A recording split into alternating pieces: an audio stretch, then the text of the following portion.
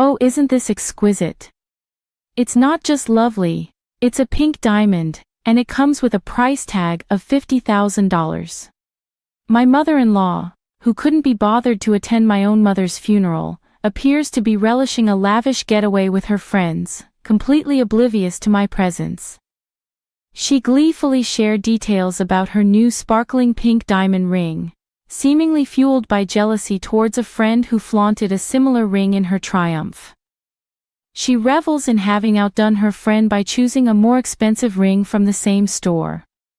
However, the reality is far from what it seems. It's implausible for her to afford such a costly item, and it turns out she had secretly taken money from my husband's safe to make the purchase. This money, crucial for her future, had been earmarked for her nursing home fees. My name is Hillary Johnson, a 46-year-old woman, living with my husband Steve, who is 7 years my senior, and our high school senior daughter Gina. Despite not being wealthy, we lead a stable life. I have worked part-time at a local drugstore for over a decade, and my hobby is cultivating herbs. Lately, I've been challenging myself with a medical herb certification exam. Jenna and I often discuss her future dreams, bringing us joy. 6 months ago, my father-in-law passed away, introducing significant changes to our modest lifestyle. According to his will, the house went to Steve, and the cash to my mother-in-law. The money was intended for her nursing home fees, given her age of 75. Despite this, she pleaded tearfully to live in the house, and after much debate, we agreed to cohabitate for a year while searching for a suitable home. The area where the family home is situated has now become a popular high-end residential area. Still, we are not wealthy, it's an old landholding. I learned that my mother-in-law had a habit of spending recklessly, and though I had prepared for it to some extent, the reality was shocking. As Steve heads out for dinner shopping, my mother-in-law, on the first day of our cohabitation, casually asks, "Hillary, could you lend me some money? I'm going out. Thank you, just in case something comes up and I need more. Give me $100 for now," she says under the pretext of buying dinner. I found myself pondering how much groceries she intended to purchase. Despite my reservations, I made the mistake of giving her the requested amount. 2 hours later, she returned by taxi, laden with bags from an upscale department store, filled with expensive deli items and sweets. "Tonight we feast. I wanted to try these side dishes. They're supposed to be delicious, and we have desserts too," she exclaimed proudly. Curious, I asked, "Mother, how much did this cost?" She replied, "Well, let's see. I went a bit over because of the taxi, but I covered the extra, so it's fine." Her proud declaration left me speechless. But little did I know, this was just the beginning. Managing finances became my biggest headache after moving to the family home. While my father-in-law was alive, we used online supermarkets for groceries, paying with his card. Learning from my initial mistake of giving her large sums of money, I no longer entrusted her with shopping and kept the wallet in a locked drawer. Unhappy with not receiving money, she stopped doing any housework, caring only for the flowers at the entrance. Despite our monthly allowance of $300, she squandered it on clothes, beauty salons, meals, or coffee with neighbors. By mid-month, she would usually run out of money and ask for more. Frustrated by her reckless spending as I was saving for my daughter's education, I calmly admonished her when she requested more money for a lunch date with friends. Even Steve, who works, gets an allowance of $300. "I can't give you more than someone who's working, so please use it more wisely," I said. Dissatisfied, she returned to her room, likely to ask Steve for money later. The allowance came from the nursing home fund, and if it diminished, it would be her who suffered. When Steve came home, I expressed my concerns. "Did your mother ask you for more allowance again?" he replied. "Yes, she did, but I can't be too hard on her. She must be lonely without Dad. She's always been vain, you know. But I want to fulfill her wishes for at least this year that she's here. I understand, but your kindness isn't truly benefiting her. Besides, it will eventually have repercussions for us, I said. You're right, I get it, he responded. My mother-in-law had a tendency to flaunt, especially in front of her 3 old friends who were mothers of my husband's classmates living in the neighborhood. I became aware of this during the funeral arrangements for my father-in-law. Steve, it's your father's funeral, so arrange the altar this way and get more extravagant flowers. The neighbors are coming, don't embarrass your father, she instructed.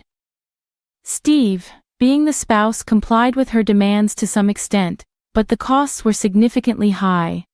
My mother-in-law's primary aim was to show off to the neighbors. One day after having lunch with her friends, she came back excited, her eyes sparkling. Today Debbie showed me a ring worth $20,000 that she got from her husband for their golden wedding anniversary. I've never seen a $20,000 ring before. That's a wonderful gift. You don't have such wealthy friends, do you, Hillary? You'll probably never see anything like that in your life, she remarked with superiority and sarcasm. Using her friends to boast. Hillary, you're so plain. Why don't you put on some makeup?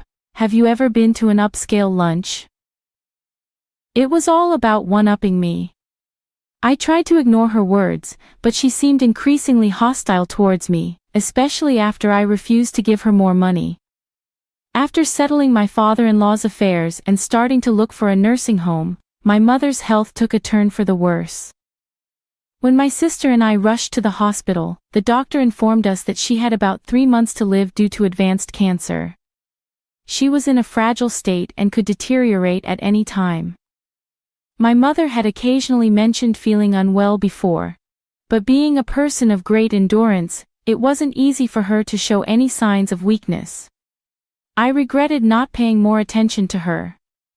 I asked my sister to stay with her while I went to fetch some clothes and valuables from her apartment. As I packed a large bag in her room, I found some cash, likely her living expenses for the month, in a drawer. I took the cash with me, planning to shower and head back to the hospital. I left the bag in Steve's upstairs room and after getting ready, noticed the zipper slightly open. A sense of unease washed over me as I checked the bag and found the cash missing. Suppressing my rising anger, I went downstairs to my mother-in-law's room. "Mother, may I ask you something?" I inquired as she prepared to leave.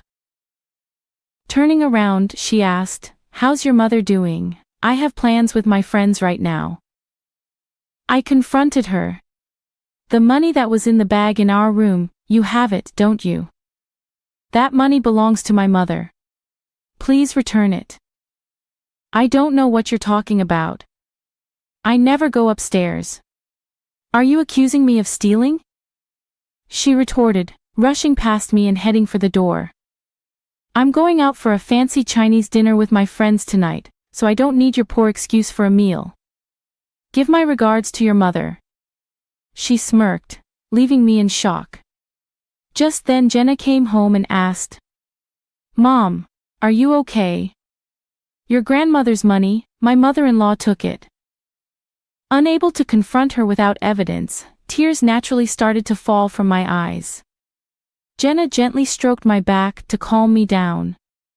"That's terrible, it must have been her. I've seen her coming down from upstairs before. To think she would stoop to taking your grandmother's money, I can't forgive her. But how's Grandma? If you're going to the hospital, I'll come with you." "Let's think of a way to get back at her," Jenna suggested as we walked. Her words encouraged me, lightening my heart a bit. Despite feeling sorry for my father-in-law, I decided to protect my family in my own way. A few days later, my mother's condition suddenly worsened and she passed away. In her final days, she was mostly in a daze, occasionally lucid. I expressed my gratitude to her repeatedly, for raising me, for her love, for Gina's future dreams, for the plans with Steve, and for our old age. She didn't speak, but her eyes smiled gently and sometimes nodded. While talking to her, I remembered a visit to my father-in-law before his death. He had thought about divorcing my mother-in-law, but didn't want to trouble his son and his wife. He asked me to sell the house and put my mother-in-law in a nursing home after his death. That's when he told me about her spending habits.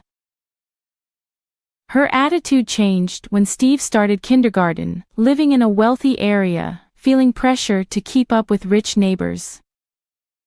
She deluded herself into thinking she was wealthy too, possibly fueled by Steve's success in a famous company.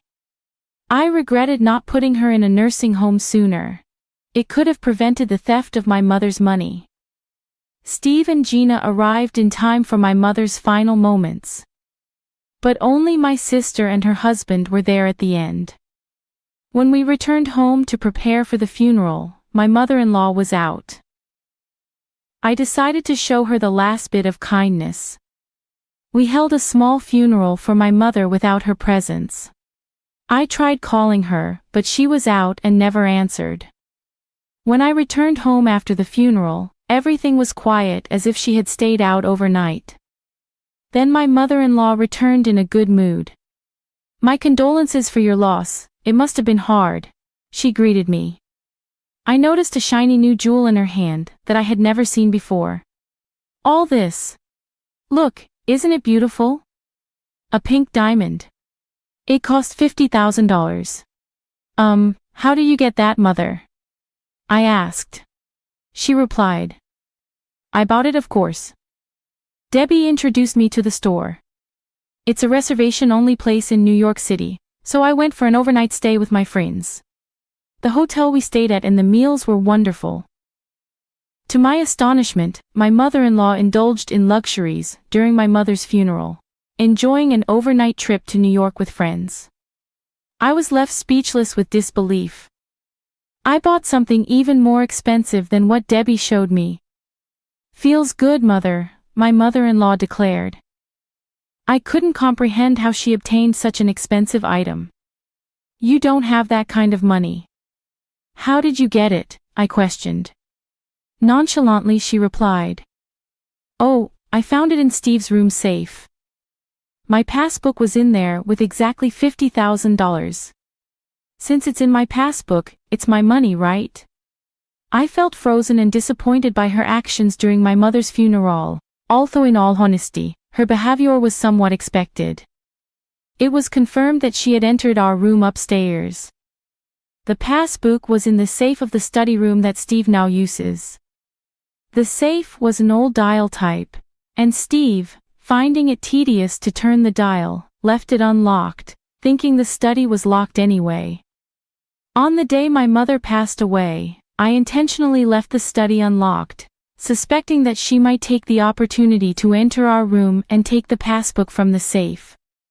That $50,000 is from my father's inheritance. "Do you understand what that means?" I asked her, unperturbed. She replied, "I know. It's my money left by your father. So what's wrong with using it?" I began to feel pity for my mother-in-law. "Sure, it's your money and you're free to use it. But that was meant for your old age.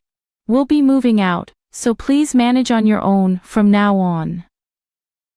At first my mother-in-law looked confused, but she slowly turned pale as she understood my words. "Wait, isn't there a separate fund for the nursing home? It's more than this amount, right?" she inquired. I explained, yes, there was more, but it decreased due to the inflated funeral costs of my father-in-law and your monthly requests for more allowance from Steve. Feeling the need to illustrate the alternatives, I handed her brochures of love nursing homes I had collected over several months. She looked at them speechless and shaking. At that moment, Steve and Gina came down from upstairs. I had reported to them after opening the study, so they had come to check. Steve, initially skeptical that his mother had stolen the money, had no complaints about what I did. While I would have properly arranged for my mother-in-law's nursing home if nothing had happened, her intrusion into our room and the theft of the money prompted me to protect my family. I had made it clear that entering our room and touching the money was unacceptable. I decided to sever ties with her for life. Steve, you'll stay in this house, right?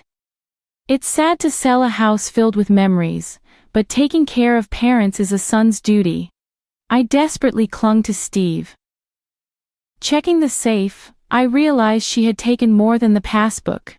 The cash I withdrew for the car inspection too. That's too much. I trusted you, Steve, I said, shocked by her actions, struggling to speak. Steve admitted.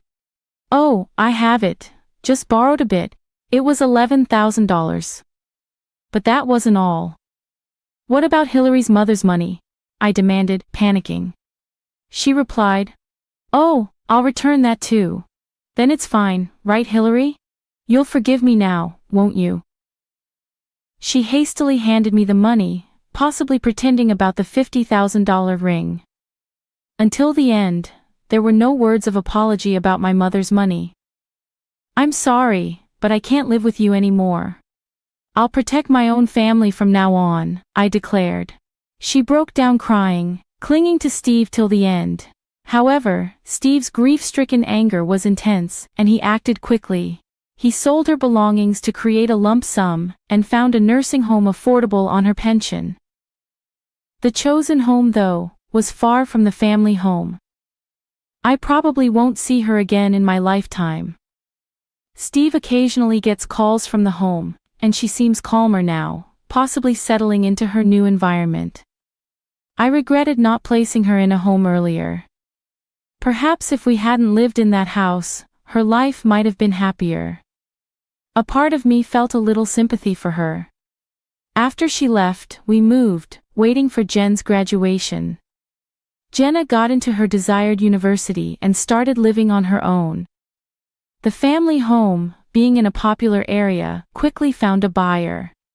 Steve is now applying for a transfer to a branch near the sea. We plan to spend a few years until retirement there, searching for our final home. We hope to continue living peacefully and harmoniously as a family.